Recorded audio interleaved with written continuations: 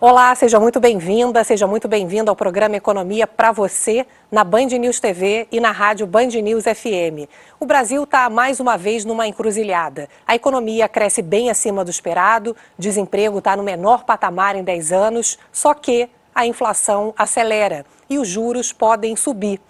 Esse ciclo vicioso que se repete no Brasil vem atrapalhando o crescimento do país e afeta principalmente o setor industrial, que vem perdendo participação no PIB. Como que se rompe esse ciclo negativo? Meus convidados são da indústria. Igor Rocha, economista-chefe da Fiesp, a Federação das Indústrias do Estado de São Paulo, e André Passos, presidente da Associação Brasileira da Indústria Química, ABIQUIM. André, Igor, obrigada pela presença aqui no programa. Prazer estar com você aqui hoje. Bem-vindos. É um prazer, Juliana. Muito obrigado. Obrigada a vocês. O gancho é a desindustrialização, mas principalmente por que a indústria não dá conta desse aumento de oferta? Quando a gente explica para o cidadão brasileiro, olha, o juro vai ter que subir porque a inflação está em alta, porque se a economia crescesse rapidamente, mas a oferta crescesse junto, a gente não teria problema de inflação. Então, antes de mais nada, quero começar entendendo se tem que subir juros. A pergunta que todo mundo quer saber. O que você acha, Igor? Eu acho que tem que ser melhor colocada essa questão no seguinte sentido. Uma coisa é a Selic, que é a chamada taxa over. Outra coisa é a estrutura termo da taxa de juros, que compreende ali as expectativas de mercado. O sistema financeiro, eles não emprestam Selic, né? Eles emprestam ali o nível da estrutura termo da taxa de juros, que incorpora exatamente esse prêmio de risco, né, que se pede para financiar ali os títulos públicos do Tesouro. Se você tem um aumento dessa estrutura termo da taxa de juros, que essas expectativas e da Selic, é muito ruim, porque a taxa de juros fica mais cara. Se a Selic aumenta, mas exatamente essa taxa, essa curva de médio e longo prazo cai, você reduz exatamente o custo de financiamento da indústria. O que o Banco Central está tentando fazer no momento é reduzir exatamente esse prêmio, né, de risco que está pontuado ali na curva. Se isso acontecer, é positivo porque você traz um crédito, né, espera-se que traga um crédito mais barato para o setor industrial. Se você não conseguir e ela subir junto com a Selic, daí é muito ruim. Então acho que isso que tem que ser diferenciado, que se discute muito Selic no Brasil. Claro que Selic é o juro de um dia, né? Ninguém pega empréstimo por um exatamente. dia. Né? Então, eu acho que essa não é a discussão. Claro que em diversos momentos acontece dos juros na curva e a Selic aumentarem juntos, e daí, obviamente, que pode até se utilizar a Selic aí como uma proxy de entendimento mais fácil para as pessoas. Mas não, né? O que importa exatamente é os juros na curva. E o que não está muito claro é se esse juro do crédito, que é o que importa para você que está acompanhando a gente, né, se é empresário, se é pessoa física, é se a Selic sobe ou cai de acordo com o que o mercado acredita que é plausível, né? Então, existe uma dúvida, André, que o Igor me falou uma frase que se usa muito e eu sempre fico com ela na cabeça, que é a diferença entre o remédio e o veneno é a dose. Então, qual é a dose, né? Será que 10,5% já não é juro suficiente? Então, né? aquela brincadeira que tem, né? Perguntar para o médico como foi a cirurgia, ele disse foi perfeita, tecnicamente irretocável, e o paciente morreu. Exatamente. Então, assim, às vezes a gente administra os remédios que a literatura recomenda, que supostamente a boa técnica, e aqui não estou fazendo a advocacia da anticiência, né? Sim. Mas eu acho que é necessário a gente começar a discutir as razões estruturais e as razões sociopolíticas da gente ter uma taxa de juros tão elevada no Brasil, né? Bom, eu já sou economista há o tempo do Guaraná com tampa de rolha, faz algum tempo, e até hoje eu não consegui encontrar consenso sobre por que a taxa de juros no Brasil tem essa referência tão elevada, né? Seja componente Selic, sejam curvas que são referenciadas nela, mas o fato é que em qualquer uma das circunstâncias a gente tem um nível de taxa de juros muito mais elevado no Brasil do que no restante do mundo, né? É uma questão estrutural. É uma questão estrutural, né? Eu acho que está na hora da gente descobri que há razões também por trás dessas razões que a gente precisa enfrentar, né? Então a minha resposta como presidente da Associação Brasileira da Indústria Química é não. A gente não precisa de mais um aumento de taxa de juros, seja qual for a referência enfim, de indicador, né, que a gente tem. É claro, eu concordo e muito com o meu colega e amigo Igor, que são coisas diferentes, né, a taxa de um dia e a outra referência, né, que se a gente conseguir descolar essas duas coisas, é um ganho não só para a indústria, mas um ganho para o país, né. Como é que vai ser esse segundo semestre? Esse juro alto ou podendo ficar alto, né, por mais tempo, mesmo que não suba, ele traz uma perspectiva para o segundo semestre pior para a indústria? Eu queria que você fizesse um balanço aí de como é que está o setor. Eu acho que dá para fazer o gancho exatamente com o que o André falou, né? Em vez de a gente discutir o porquê que a Selic está em 10, 11, 12, é porque que se pede um prêmio de risco no Brasil tão alto quando a gente compara com os pares. Por quê? Eu acho que essa é a pergunta que tem que ser feita. A gente tem uma inflação fora de controle? Não me parece. A gente tem uma dívida em trajetória explosiva? Também não me parece. Temos uma dívida alta? Temos uma dívida alta, mas não em trajetória explosiva. Temos um mercado de trabalho sobreaquecido, né, perene, que a gente vê que está claramente pressionando aí, no caso, a inflação. Começa a ter indícios, mas ainda não está tão consolidado. Então, o que justifica? É porque a gente viveu um período de hiperinflação muito alto, então a gente ainda tem essa memória de hiperinflação. É uma segurança jurídica que a gente tem no Brasil muito grande.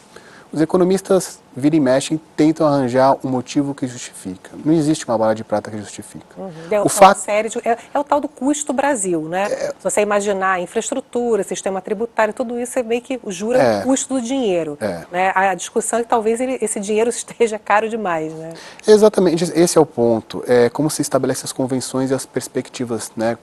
Exatamente as expectativas dos agentes. Que a gente tem hoje, eu acho que está muito elevado, não faz sentido, cedeu já de maneira significativa, sobretudo nas últimas 2, 3 semanas, né? Porque de fato eu achava que estava muito descolado do lado real, né? De fatores reais que justificassem isso. Eu acho que vai ceder mais ainda, na medida que as coisas vão se acalmando, e vai se mostrar que não há essa necessidade de você fazer uma elevação tão forte da taxa de curto, que é a Selic. Eu acho que o Banco Central deverá em setembro fazer um aumento. Parece que é isso que eles estão sinalizando, né? Se isso é bom ou é ruim, vai depender de como que vai ancorar essas expectativas de médio prazo. É a tal da prova do pudim, né? É a prova do pudim. Só fazendo para saber se é bom, se vai ser bom ou não vai ser. Exatamente. Então, assim, eu acho que essa discussão que precede o porquê que a Selic e por que nós temos um prêmio de risco tão alto, que deve ser feita no Brasil, que é tentar mudar esses consensos, porque se a gente não conseguir mudar esses consensos, esses entendimentos, não vai ser na canetada que o Banco Central vai conseguir fazer, não vai fazer, não vai, né, porque o Banco Central ele controla a Selic, ele não controla, né, do ponto de vista, digamos assim, físico, a curva de juros. Sim. Ele é somente expectacional, sim. Ele não consegue setar ali, né? Vou mudar de canal, pum. É claro, se o banco acha que tem risco, ele vai aumentar o custo do crédito e acabou. Meramente, se a Selic subiu, está parada. Exatamente, é meramente expectacional, isso as pessoas às vezes confundem um pouco. O Banco Central cumpre a tarefa dele fazendo leitura de expectativas, né? Colhendo expectativas. Né? Ele age sobre um determinado consenso econômico, político, social, né?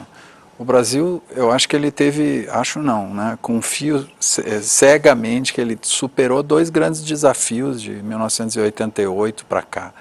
O primeiro desafio foi estabelecer um sistema democrático consolidado, né?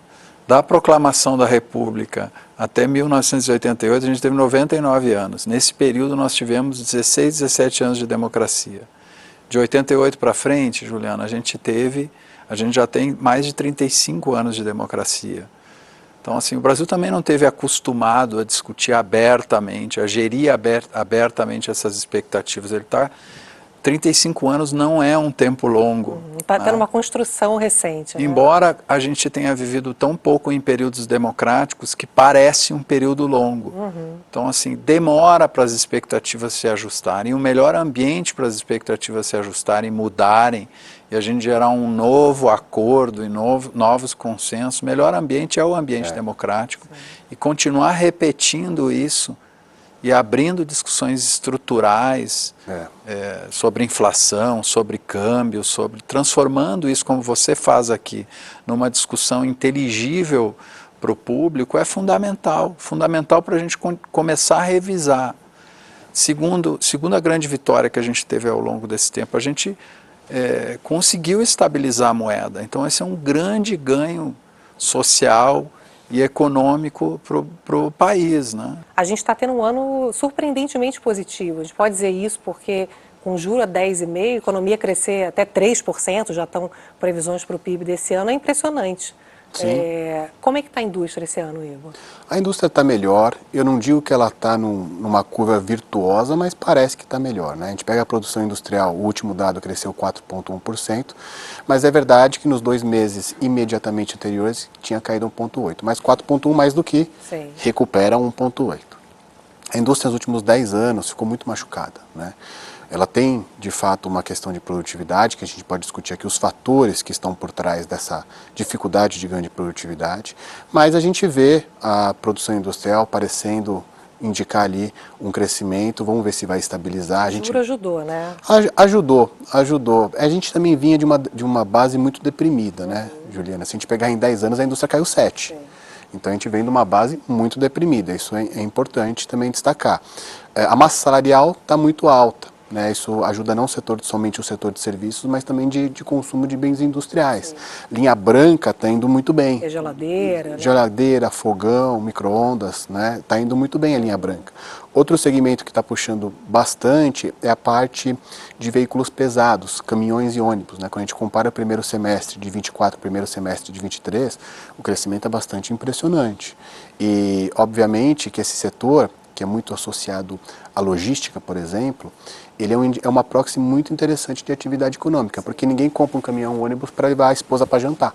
Né? Então, geralmente é exatamente para fazer um comércio, né? Para indicar ali um nível de atividade. Então é bastante interessante notar esse dado também. A gente vai conseguir saber se isso se estabiliza com um pouco mais de tempo. Tá? Então vamos ter que olhar com um pouquinho mais de calma ainda esses dados. O mercado de trabalho está bastante aquecido, taxa de desemprego em 6,9%. Eu acho que ainda ela vai cair mais, tá certo? Mas a gente já começa a estar, de fato, num nível de pleno emprego da economia. Né? E daí outras questões começam a eclodir, outras questões estruturais disso. Mas o fato é que a massa salarial muito alta puxa a economia, puxa o setor industrial também. Sim, a conjuntura atual ela é positiva para a indústria química também? Os dados conjunturais eles são muito interessantes. Né? Esses dados que o Igor traz, eles realmente refletem uma dinâmica de retomada de crescimento da indústria de uma maneira geral. Né? Mas esse crescimento ele não é equânime. Ele não se dá da mesma forma em todos os elos da cadeia produtiva. Hoje o Brasil tem um problema gravíssimo no meião, vamos dizer assim, não no meião do jogador de futebol, né? Mas no meião, no meio, no centro, no coração da indústria, que é a indústria de base, né? O que a gente chama de indústria de base ou indústria de bens intermediários, né? Como é a indústria de insumos químicos. Que é vidro, então, plástico. Vidro, cimento, químicos, cerâmica, aço. Né? Esses setores têm sido muito pressionados por uma guerra comercial internacional entre China e Estados Unidos. Né? E aí no meio dessa guerra internacional a gente tem Índia, tem Rússia, tem Oriente Médio, tem grandes produtores de insumos químicos aí metidos no meio dessa disputa. Né? O que acontece com isso é que, ao passo que a ponta da indústria cresce e responde conjunturalmente a esses elementos que o Igor colocou, esse crescimento se dá, em boa parte, puxando a demanda por produtos, por bens intermediários importados, vindo dos Estados Unidos, vindo da China. Isso aliás, a indústria química ela vem perdendo participação no mercado interno, né? Tem mais importação do que consumo interno. O que aconteceu, e não é um fenômeno relativamente recente, né, para a indústria química, né, mas não tão recente. Até 2016, a gente conseguia manter um crescimento de produção muito parecido, nacional, muito parecido com o crescimento da importação. Então, a indústria química ela não perdia market share, né, fatia de mercado para o produto químico importado de maneira tão sensível assim, né? A gente conseguia crescer e a produção se mantinha, né? A ocupação média da indústria química se mantinha em torno de 80%, 77%, 80%. A partir de 2016, a produção nacional começou a cair fisicamente, o volume de produção começou a cair, né? Então, a gente não teve investimentos muito significativos de 2010, 2012 a 2016, porque o produto importado não permitia a gente crescer para tomar todo o crescimento de mercado. Mas a gente conseguia manter as plantas funcionando num nível de capacidade, de uso da capacidade razoavelmente elevado, né? Mas a discussão Exato. toda é se a indústria brasileira fosse mais produtiva, a gente teria condições de competir, né? Você tem essa discussão hoje, o quanto que é importante proteger e o quanto que é importante também estimular a produtividade, as duas coisas, né? Que sempre na história do Brasil, Igor, a gente vê a indústria sendo protegida e não estimulada a aumentar produtividade, a investir em novas tecnologias. Queria trazer um dado aqui para o nosso ouvinte, telespectador. A indústria representava 14,5% do PIB em 1995 e caiu para 9,1% em 2022, um declínio brutal de 37% entre 95 e 2022. E tem vários estudos sobre por que a gente perdeu tanta participação da indústria no PIB nacional. Tem um estudo recente que eu estava lendo, Igor, que é do Baixa, do Terziani, Considera e Guimarães, falando que a principal questão é a questão da redução da produtividade, e aqui ele fala que é porque a indústria, enfim, é um estudo que ele diz que não tem uma resposta fechada, mas porque a indústria ela é muito focada para o mercado interno. No caso da agricultura, da agropecuária, ela é focada no mercado externo, então ela é obrigada a ser competitiva.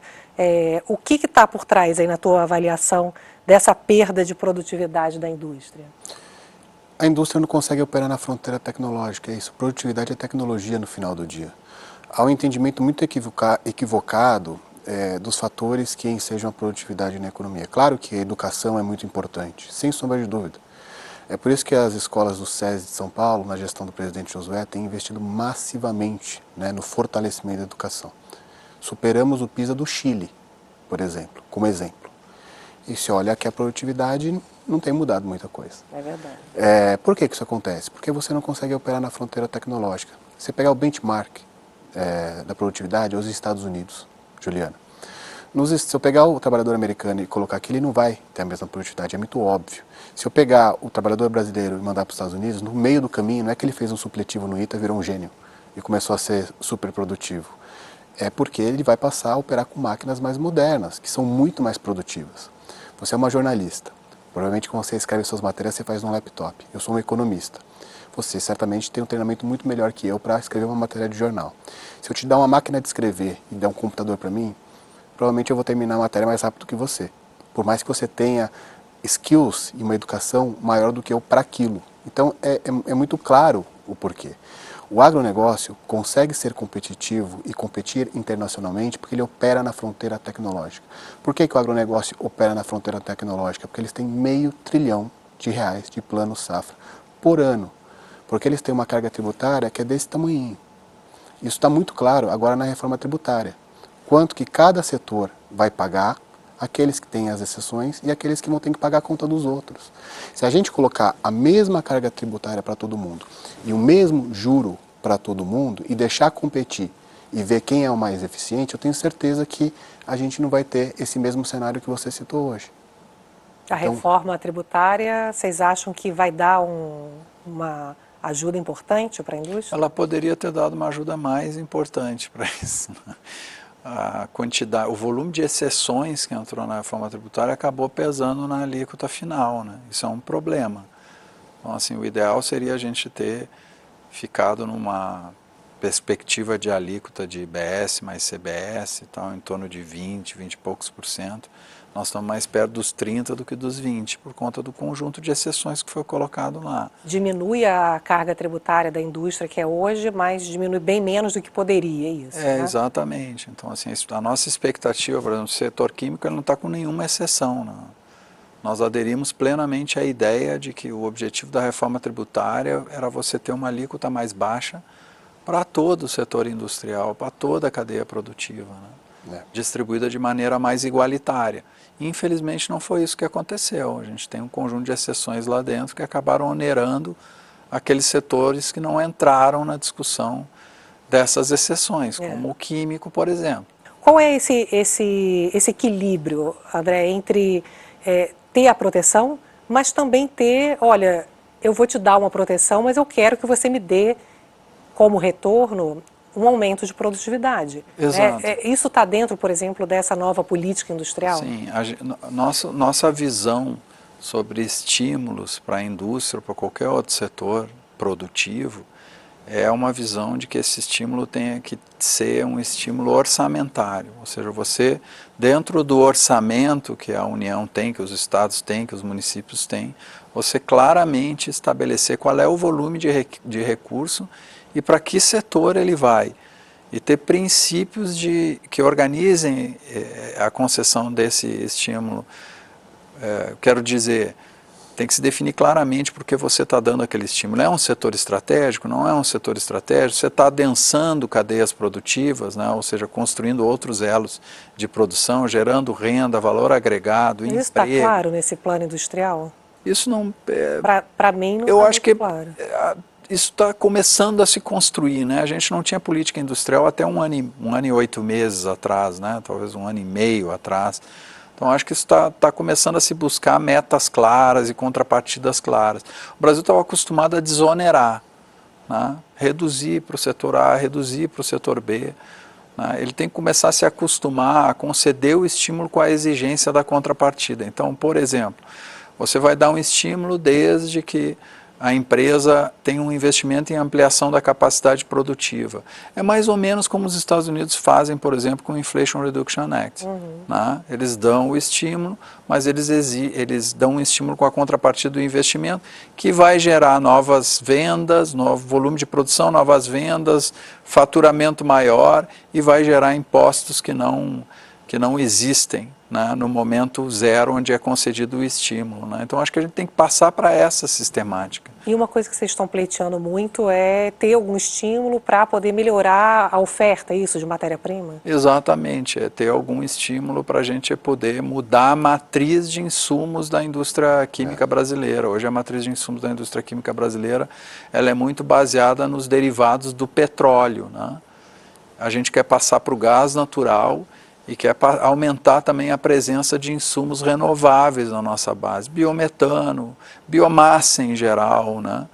E para fazer essa transição tem um custo, né?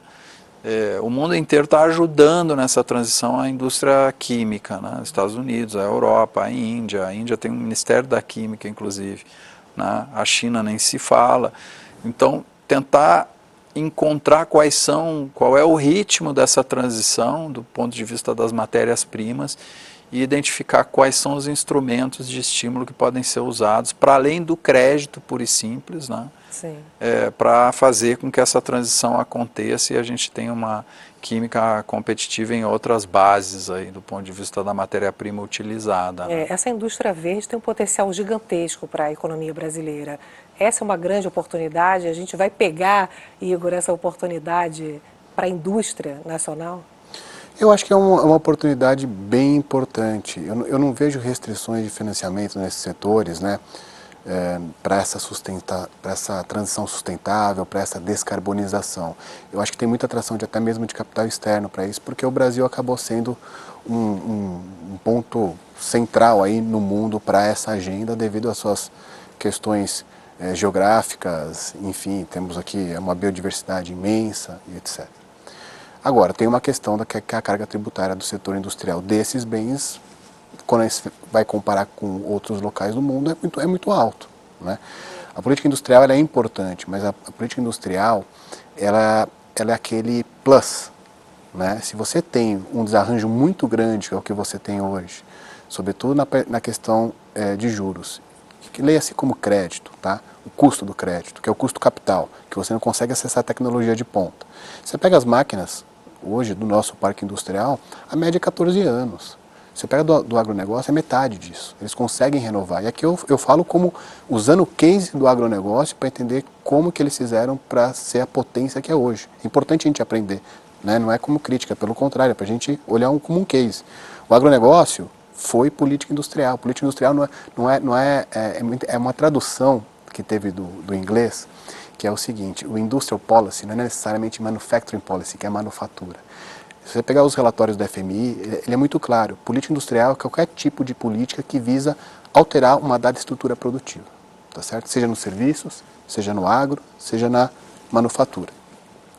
E eles tiveram muito sucesso. Além disso, eles tiveram a Embrapa, com um orçamento fantástico, mais de 7 mil colaboradores, pesquisadores. A gente poderia transpor isso também para a indústria, com a Embrapi, até porque a gente vai precisar disso exatamente para desenvolver esses novos segmentos que estão sendo apontados, Juliano, que são fantásticos. A gente tem vários segmentos da bioeconomia, a gente tem o hidrogênio verde, a gente tem a amônia, a gente tem a eólica offshore, só para citar alguns de maneira muito rápida aqui, tá certo? Mas se a gente não conseguir acertar esse pano de fundo, vamos dizer assim, a política industrial vira um mero tratamento paliativo ou medida compensatória. Porque daí você faz o seguinte: como a indústria não vai ter os 60% de desconto na reforma tributária, então a gente vai ter que fazer uma política industrial muito mais ativa para compensar isso. Sim. Sendo que não faz muito sentido, gente. Assim, vamos voltar umas casinhas para trás e limpar esse meio de campo, deixar todo mundo igual. Ou tira de todo mundo ou dá para todo mundo. É A ou B. Tá certo? Que não dá para alguns segmentos ficarem pagando a conta dos outros. Vamos ser bem claros, é isso que acontece hoje no Brasil. Seja do ponto de vista regional, seja do ponto de vista setorial, seja do ponto de vista social. O Brasil é uma máquina de desigualdade que tira potencial de crescimento econômico. Tira consumo, tira eficiência.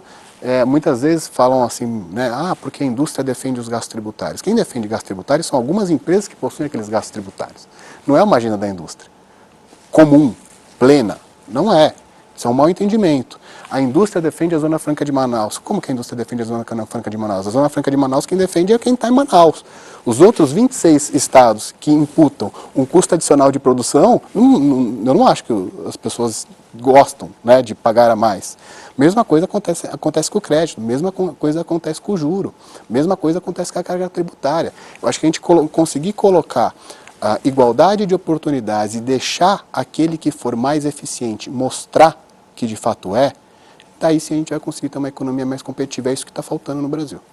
Tá certo. Bom, nosso programa chega ao fim. Agradeço a participação do Igor Rocha, economista-chefe da Fiesp, e do André Passos, que é presidente da Associação Brasileira da Indústria Química. Obrigada por terem vindo ao programa. Ótimo papo. Obrigada. Obrigado. Obrigada a você por estar sempre aqui comigo no Economia para Você. A gente se vê na semana que vem. Tchau. Você ouviu Economia para Você, na Band News FM.